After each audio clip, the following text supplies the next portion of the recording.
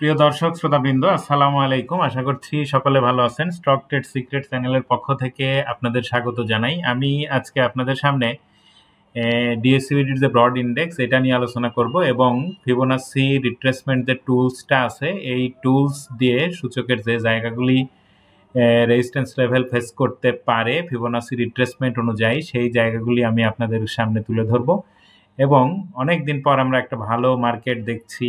বেশ প্রায় 3 মাস, ফেব্রুয়ারি, March, April, ফেব্রুয়ারি মাসের 12 তারিখ থেকে এপ্রিল মাসের 28 তারিখ পর্যন্ত, 24 তারিখ পর্যন্ত আমরা মার্কেটের একটা বড় ডাউন ট্রেন্ড দেখেছি। তারপরে মার্কেট পজিটিভ হতে শুরু করেছিল এবং এই এপ্রিল মাসের 28 তারিখ থেকে আজকে পর্যন্ত কর্মদিবসগুলোতে মার্কেট একদিন নেগেটিভ থাকলেও 5 দিন পজিটিভ এবং বেশ ভালো মাত্রায় পজিটিভ এবং ভলিউম গ্রাজুয়ালি বাড়ছে। যদি এই ধারা অব্যাহত থাকে তাহলে সূচক কি অবস্থায় যেতে পারে এই ফিবোনাসি রিট্রেসমেন্ট টুলস অনুযায়ী এইটা আমি আপনাদেরকে দেখাতে চেষ্টা করব। ফিবোনাসি রিট্রেসমেন্ট টুলস দিয়ে আসলে দীর্ঘমেয়াদে সূচকের একটা হাই পজিশন এবং লো পজিশন, যেখান থেকে সূচক বেয়ারিশ হয়েছে এবং যেখান থেকে সূচক বুলিশ হয়েছে, সেই জায়গাটাকে বেস ধরে, সেই দুইটা জায়গা অর্থাৎ এই জায়গাটা, এই হাই পজিশন এবং লো পজিশন, এই জায়গা দুইটাকে বেস ধরে ফিবোনাসি রিট্রেসমেন্টটা আঁকতে হয়। তো এইখানে ফিবোনাসি রিট্রেসমেন্টটা আমি সেখানেই ধরেছি এবং উইকটাকে আমি বাদ দেইনি, আবার উইক ছাড়াও আমি এঁকেছি এবং উইক দিয়েও আমি এটা ফিবোনাসি রিট্রেসমেন্টটা ড্র করেছি।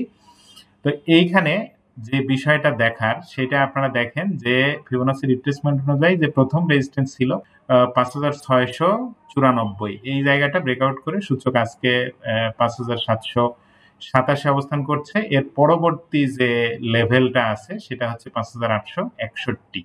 এই 5861 এই লেভেলটা যদি ব্রেকআউট করতে পারে তাহলে 5978 এই জায়গাটা যাবে এবং এর পরবর্তীতে 6095, তার পরবর্তীতে 6240।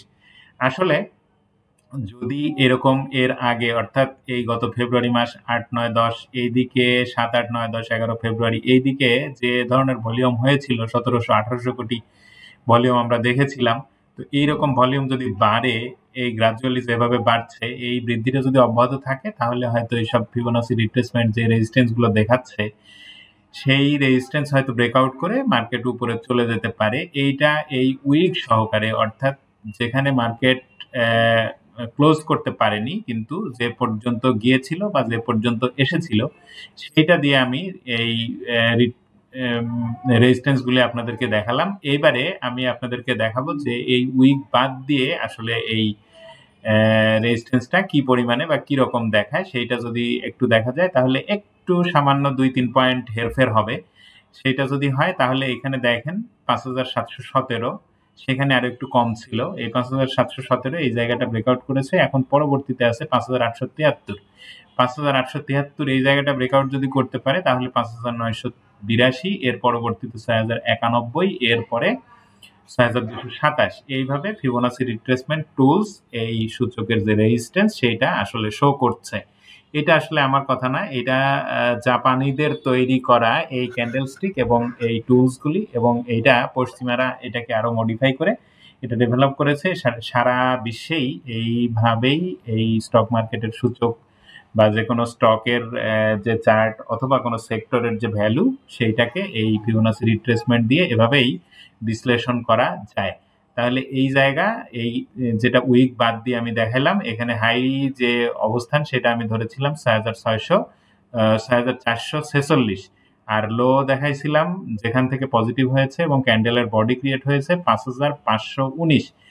এই জায়গার ভিতরে ফিবোনাসি রিট্রেসমেন্ট অনুযায়ী যে লেভেলগুলাকে রেজিস্ট্যান্স হিসাবে শো করছে ফিবোনাসি রিট্রেসমেন্ট সেটাই আমি দেখাতে চেয়েছি।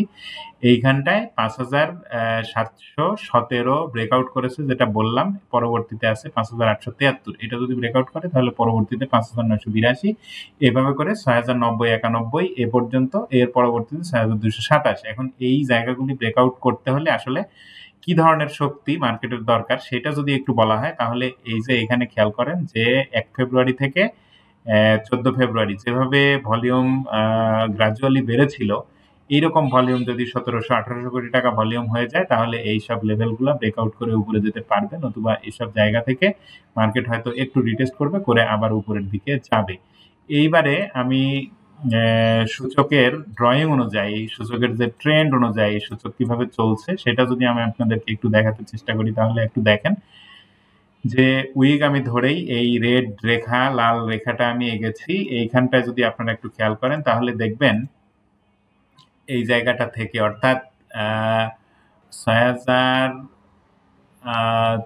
6470 বা 75 এই দিকটা পর্যন্ত সূচক গিয়েছিল এবং সেখান থেকে যে ডাউন ট্রেন্ডে আসা শুরু হয়েছে 12 ফেব্রুয়ারি থেকে, এটা শেষ হয়েছে 25শে এপ্রিল। 25শে এপ্রিল ঠিক না, 28শে এপ্রিল এটা শেষ হয়েছে এবং মার্কেট পজিটিভ আছে। আর এই যে লাল রেখাটা, এই ডাউন ট্রেন্ডটা কোনো সময় এই লাল রেখাটা এই সূচক টাচ করেছে, কোনো সময় টাচ করেনি, না করেই বেয়ারিশ প্যাটার্নে ছিল। দুইবার টাচ করেছে, একটা হচ্ছে 29শে ফেব্রুয়ারি আর একটা হচ্ছে 15ই এপ্রিল। তাছাড়া অন্যবার টাচও করতে পারেনি এবং ব্রেকআউট তো করা দূরের কথা। আর এই সর্বশেষ গত 5 মে এটা যে ট্রেন্ডটা ছিল এই ট্রেন্ডটা ব্রেকআউট করে উপরে অবস্থান করছে। এখন দেখার বিষয় যে এখান থেকে কত দূর যেতে পারে। তো এর যে এখান থেকে ইভিনিং স্টার ক্রিয়েট করে সূচক নেগেটিভ হয়েছিল, সেইটাকে যদি এর পরবর্তী রেজিস্ট্যান্স ধরা হয় তাহলে 5863 ড্রয়িং অনুযায়ী, আর তার পরবর্তীতে যেটা আছে যেখান থেকে টুইজার টপ তৈরি করে নিচে এসেছিল সেটা 5942। তাহলে দেখা যাক যে পরবর্তীতে সূচক কি ধরনের আচরণ আমাদের সাথে করে। আর একটা জিনিস আমি এখানে দেখাতে চেয়েছি, এই একটা বোল আকৃতির একটা ড্রয়িং আমি আপনাদের জন্য এখানে করেছি। এটা আসলে আমি দেখাতে চেয়েছি যে জিনিসটা, সেটা হচ্ছে ভলিউমটা কিন্তু এভাবে গ্রাজুয়ালি কমেছিল, কমে আবার গ্রাজুয়ালি বাড়ছে। আর এই বাড়ার ধারাটা যদি অব্যাহত থাকে এবং 1700-1800 কোটি টাকা লেনদেন আমরা দেখি, তাহলে যে রেজিস্ট্যান্স গুলা এইখানে মার্কেট আগে ক্রিয়েট করেছিল সেসব রেজিস্ট্যান্স আসলে কোনো রেজিস্ট্যান্স হিসাবে কাজ করবে না। এগুলি যে কোনো সময় ব্রেকআউট করে উপরে চলে যাবে। এখন দেখা যাক পরবর্তীতে এটা কত দূর যেতে পারে। আর একটা বিষয়, আমি আরএসআই গত দিক থেকে কি অবস্থায় আছে সেটা যদি আলোচনা করি, একটু খেয়াল করেন যে এইখানে 42.62 লেভেল একটা আরএসআই এর কিন্তু একটা রেজিস্ট্যান্স ছিল, যে জায়গা থেকে আরএসআই অনেক সময় নেগেটিভ হয়েছে, আবার সেখান থেকে পজিটিভ হয়েছে। পজিটিভ হয়েছে কখন? এই যে এই জায়গাগুলি যদি দেখেন 2 জানুয়ারি এবং পরবর্তীতে 18 জানুয়ারি, এই 42.62 তার আশপাশ থেকে আরএসআই কিন্তু পজিটিভ হয়েছিল এবং নেগেটিভ হয়েছিল এইখানে 14 নভেম্বর 2023-এ একবার, এবং পরবর্তীতে এইখানে 8 এপ্রিল 2024-এ একবার এই 42.62 থেকে আরএসআই এর নেগেটিভ ট্রেন্ড আমরা দেখেছিলাম। পরবর্তীতে যেসব সময় এটা ব্রেক আউট করে উপরে গেছে সেসব সময়গুলোতে কিন্তু অনেক উপরে 70 বা তার উপরে ক্রস করে উপরে গেছে, আবার অনেক সময় যেতে পারেনি। আমি কয়েকটা জিনিস আপনাদেরকে এখানে দেখাবো।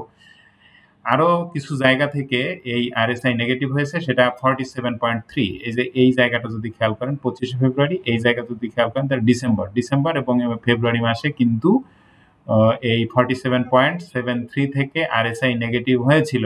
এখন আরএসআই এর যেখানে অবস্থান সেটা কিন্তু 48.56, অর্থাৎ 47.73 এই জায়গাটা ব্রেকআউট করেছে আরএসআই।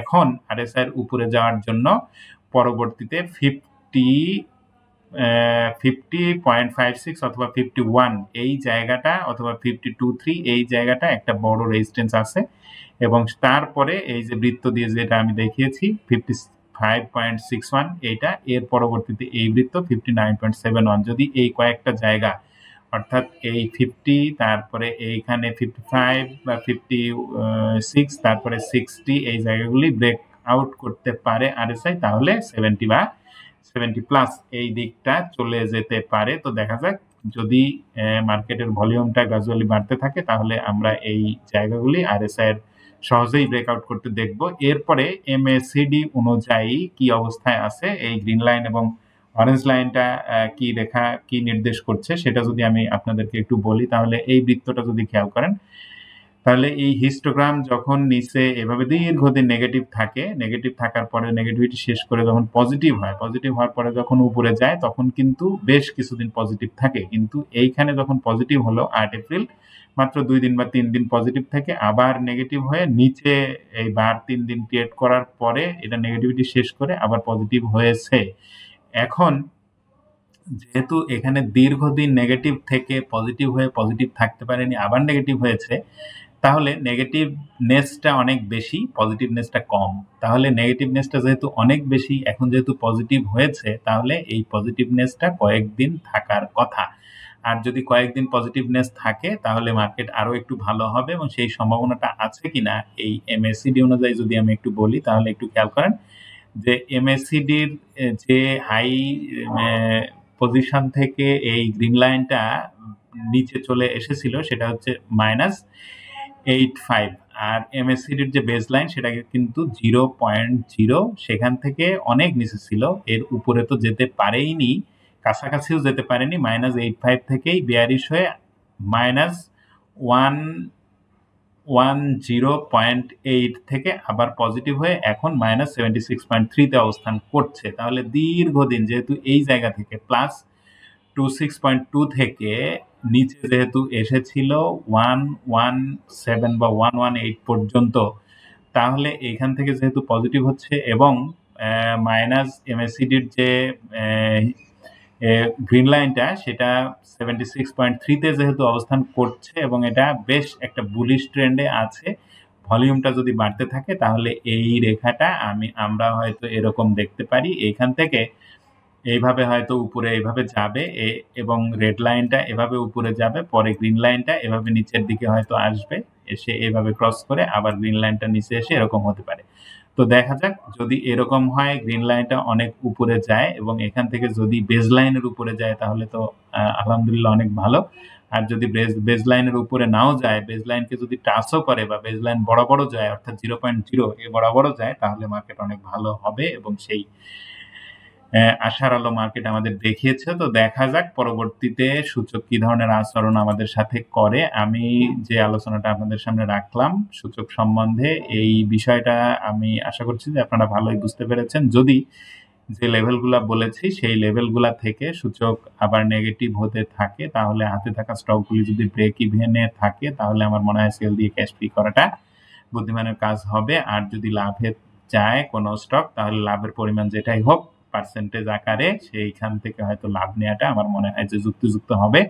তো ধন্যবাদ সবাইকে, ভালো থাকবেন। আর যদি ভিডিওটা ভালো লাগে তাহলে লাইক দিতে পারেন, শেয়ার করতে পারেন এবং কমেন্ট করে জানাতে পারেন আপনাদের ভালো লাগা মন্দ লাগা। ধন্যবাদ সবাইকে।